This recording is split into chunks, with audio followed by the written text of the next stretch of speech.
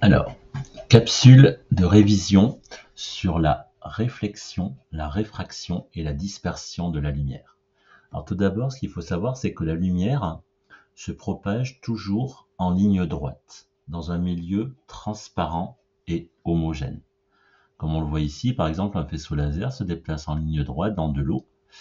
Ce faisceau laser, on va le représenter par un rayon lumineux avec une petite flèche qui indique le sens de propagation.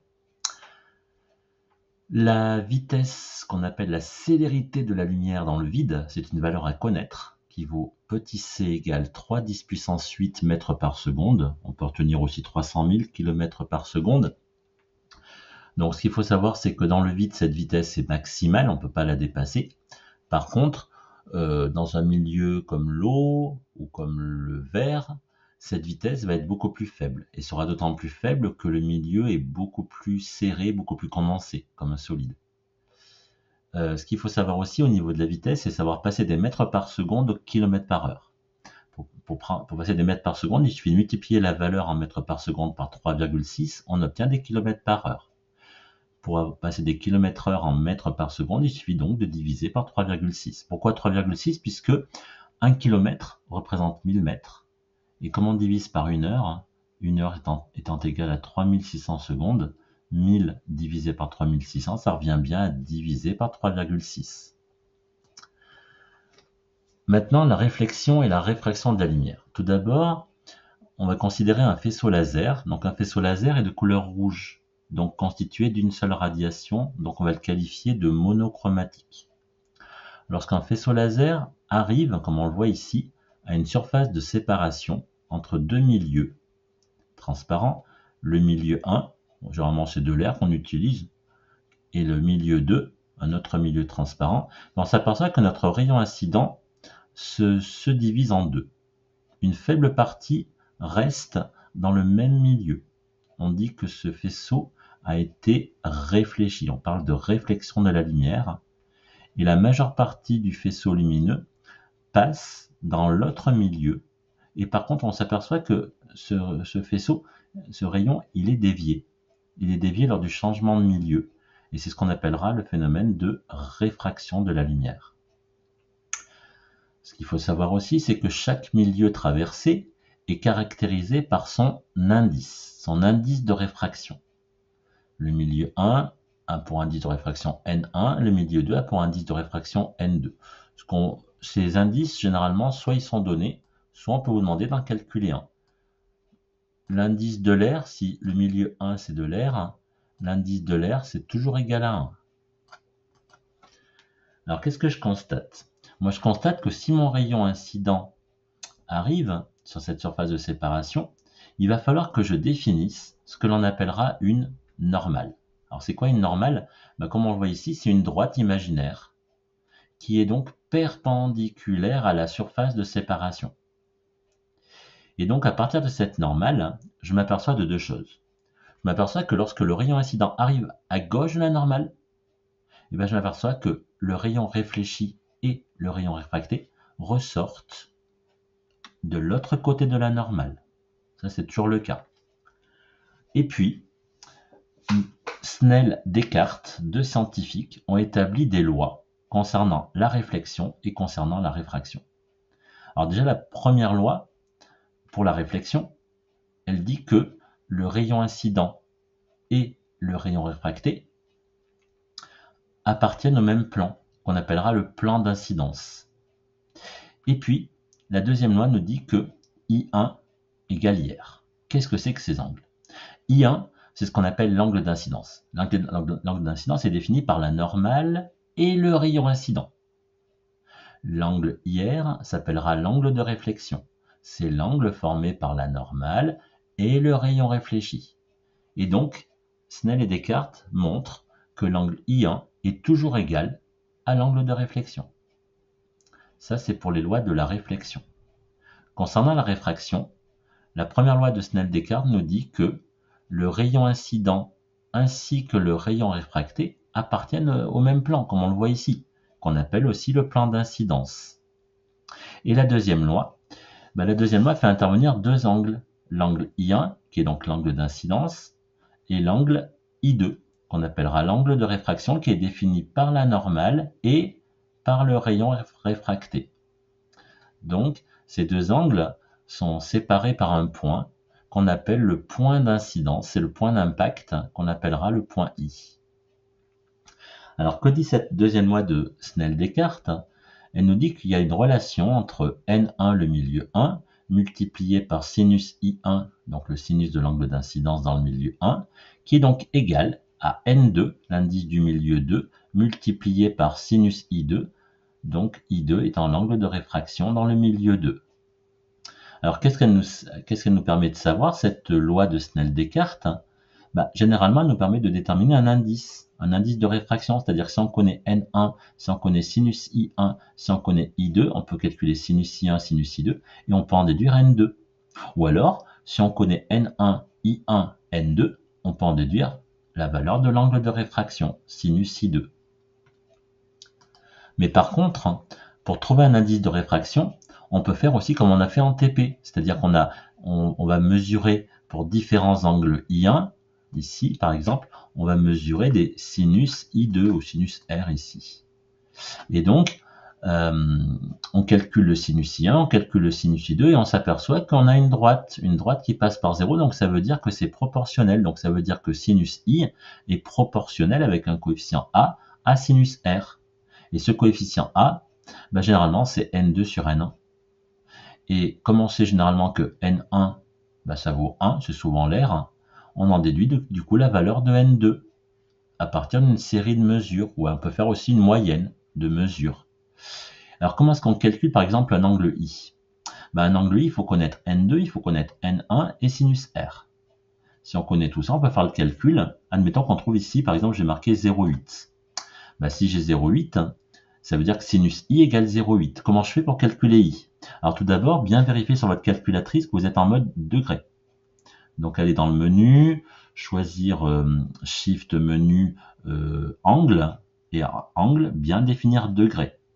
Et une fois qu'on est en degré, on va pouvoir calculer l'angle I. Pour calculer l'angle I, il va falloir faire le sinus moins 1. Alors je crois que sur certaines calculatrices, il suffit de faire Shift sinus de la valeur qu'on a trouvée, 0,8, et ça nous donnera la valeur de l'angle I en degrés.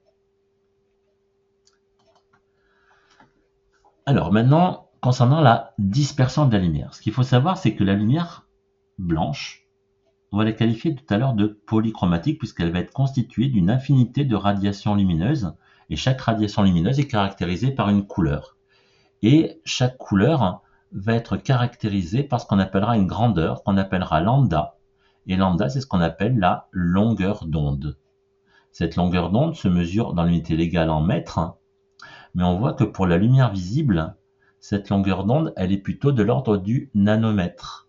Et donc, elle est comprise, ça à connaître. Par contre, c'est comme pour la vitesse de la lumière, il faut connaître que le domaine du visible est compris entre 400 nanomètres pour le violet et 800 nanomètres pour le rouge. Et donc, voilà, on utilisera essentiellement des nanomètres. Alors maintenant, la question, c'est comment obtenir toutes ces longueurs d'onde, toutes ces radiations. Et il va falloir donc ce qu'on appellera décomposer la lumière, disperser la lumière. Et pour ça, on a deux dispositifs. On a ce qu'on appelle un spectroscope à réseau. Vous vous rappelez, c'est ce qu'il y a derrière les CD. C'est constitué de raies très fines et très rapprochées qui vont décomposer la lumière blanche. Mais on a aussi un prisme. Alors un prisme, c'est un milieu généralement vert que l'on appelle un milieu dispersif. Un milieu dispersif, c'est un milieu dans lequel l'indice de réfraction de ce milieu dépend de la longueur d'onde. Petit n dépend de lambda. Alors, qu'est-ce qui se passe lorsque la lumière blanche traverse un prisme? On s'aperçoit que le prisme a deux faces, une face d'entrée et une face de sortie. Donc lorsque le faisceau incident arrive sur une des faces du prisme, il subit déjà une première réfraction, il est déjà dévié. Puis il arrive sur la deuxième face, la face de sortie. Là on a à nouveau la normale et on s'aperçoit que le faisceau ici est une deuxième fois dévié, donc subit une deuxième réfraction. Donc on voit bien qu'au final, notre faisceau incident a été dévié. C'est ce qu'on pourrait voir par exemple avec un laser, puisqu'on sait qu'un laser c'est une lumière monochromatique. Mais que va-t-il se passer avec une lumière blanche? Donc avec une lumière blanche, on va s'apercevoir que cette double réfraction va se manifester plus ou moins fortement en fonction de la longueur d'onde. Alors je m'explique. Donc je m'aperçois que plus la longueur d'onde augmente, ici je vais de 400 à 800 nanomètres, plus l'indice de réfraction diminue. On le voit ici, donc on voit bien que l'indice de réfraction dépend bien de la couleur. C'est ça qui permet d'avoir un milieu dispersif, on a dit. Alors donc, comment je peux expliquer cette variation? Comment je peux expliquer par exemple que le violet, par exemple, ou le rouge va être plus dévié que le violet, etc. Alors pour expliquer ça, je vais utiliser la deuxième loi de Descartes, qui dit que N1 sinus I1 égale N2 sinus I2. Et donc, N1, je sais que N1, c'est le milieu 1. Le milieu 1, c'est l'air. Donc on sait que l'air, l'indice ici, ça vaut 1. Et puis, sinus I1, c'est l'angle d'incidence de la lumière blanche. Donc qu'est-ce que je m'aperçois ici? L'angle d'incidence, c'est le même, puisque mon faisceau de lumière blanche, il est unique. Donc ça veut dire que c'est une grandeur qui est constante ici à gauche. Donc, comme j'ai une égalité, il faut que ce qui est à droite ici soit aussi constant et doit être égal à ce qui est à gauche. Mais qu'est-ce que je viens de dire? Je viens de dire que si l'indice N2 diminue, ici, c'est ce qu'on voit ici lorsque la longueur d'onde augmente, ben, si l'indice N2 diminue, eh ben, je m'aperçois que sinus I2, lui, ben, il doit augmenter pour que le produit reste constant. Ce qui fait que du coup, ben, par exemple, le violet, eh ben, il va dévier plus que le rouge, qui aura un indice de réfraction plus grand, par exemple, que le rouge. Donc voilà ce qui explique le phénomène de dispersion de la lumière. Alors maintenant, pour obtenir un spectre, on a besoin d'une fente, d'une lentille, d'un prisme, et on obtient une figure qu'on appelle un spectre. Un spectre d'émission qu'on va qualifier de continu. C'est le cas de la lumière blanche, c'est le cas d'un corps chaud. Par exemple, une lampe à incandescence, par exemple le soleil. Donc, ce corps chaud, si on le porte à une certaine température, il va émettre une certaine couleur. Alors si par exemple je prends un filament de tungstène, si avec un rhéostat, j'augmente un peu l'intensité qu'il traverse, il va devenir un peu rouge. Et s'il devient rouge, ça va me donner un spectre qui est essentiellement constitué de radiation rouge et orange. Par contre, si j'augmente l'intensité du courant, mon filament tend à devenir pratiquement blanc.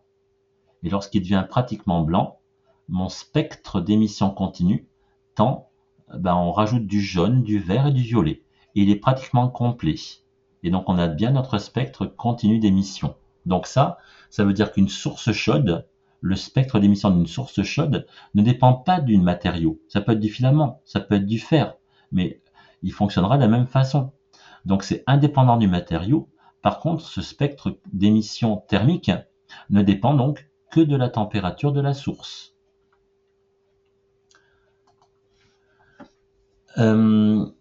Deuxième type de spectre que l'on peut obtenir, ce sont des spectres qui ne sont plus continus mais qui sont discontinus. Alors, comment ça marche? Déjà, le type de source n'est plus une source chaude. C'est ce qu'on appelle des lampes à décharge. Des lampes à décharge, c'est des lampes à sodium, à mercure, ici par exemple à hydrogène. Donc elles contiennent un élément chimique. Et cet élément chimique, qui est sous forme gazeuse, à basse pression, va émettre un rayonnement qui va traverser un prisme. Et on va obtenir quoi? On va obtenir des raies, mais des raies colorées sur fond noir. Donc ce type de spectre, ça s'appelle un spectre de raies d'émission, puisqu'on va avoir des raies colorées sur fond noir.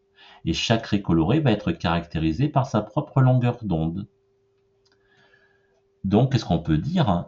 On peut dire que ce type de spectre va nous donner par exemple la décomposition d'une lumière qui est donc polychromatique, puisqu'elle est constituée de différentes raies colorées, donc de différents rayonnements monochromatiques, et chaque rayonnement étant caractérisé par sa longueur d'onde, on a dit. Le prisme disperse cette lumière polychromatique en plusieurs lumières monochromatiques, et chaque raie spectrale va être donc caractéristique d'un élément chimique. Ce qui veut dire que Si je mets à la place de l'hydrogène, je mets du sodium, ben, j'aurai de nouvelles raies colorées qui seront positionnées à des endroits différents et qui seront propres au sodium. C'est-à-dire que le spectre d'un élément chimique est caractéristique de l'élément chimique, c'est sa signature. Donc voilà ce que l'on peut dire sur les spectres de raies d'émission. Alors ce qu'on peut vous demander en exercice, c'est de retrouver la longueur d'onde de ces différentes raies. Alors qu'est-ce qu'on va faire? Par exemple, on va vous donner une graduation. On va vous dire par exemple à gauche on a 400 nanomètres ici, et là on va dire qu'on a mettons à peu près 700 à droite nanomètres. Et qu'est-ce qu'il va falloir faire dans un premier temps? Il va falloir prendre une règle, mesurer la graduation de 400 jusqu'à 700 nanomètres par exemple. Donc 700 moins 400, ça me fait 300 nanomètres. Et si on mesure, par exemple, je prends un exemple, je peux mesurer, mettons, par exemple, 7 cm, qui représenteront donc 300 nanomètres. Alors comment faire pour mesurer la première raie colorée? Pour mesurer la première raie colorée, je pars de 400 avec ma règle, et je mesure l'intervalle jusqu'à la première raie. Admettons que je trouve 0,8 cm. Et comment je vais faire pour savoir combien de nanomètres ça va me faire? Je vais faire un produit en croix, donc je vais faire 0,8 fois 300 divisé par 7, et ça me donnera ma valeur de x en nanomètres. Et quelle va être la valeur de cette longueur d'onde? Pour trouver la valeur de cette longueur d'onde, je pars de l'origine. L'origine, c'est 400 nanomètres, et je rajoute le petit intervalle de x. Donc je fais 400 nanomètres plus x, je fais la somme des deux, et ça me donnera ma valeur de longueur d'onde pour la première raie colorée. Et après, il suffit de faire la même chose pour les autres raies colorées. Et enfin, une fois que vous avez obtenu toutes ces longueurs d'onde, il suffit de les comparer à des valeurs données dans des tables qui correspondent aux longueurs d'onde de différents éléments chimiques. Et c'est après à vous de comparer ces valeurs pour déterminer quel est l'élément chimique qui a permis d'obtenir ce spectre de raies. Donc voilà un petit peu tout ce que l'on peut vous demander pour cette capsule vidéo, pour cette première séance de révision.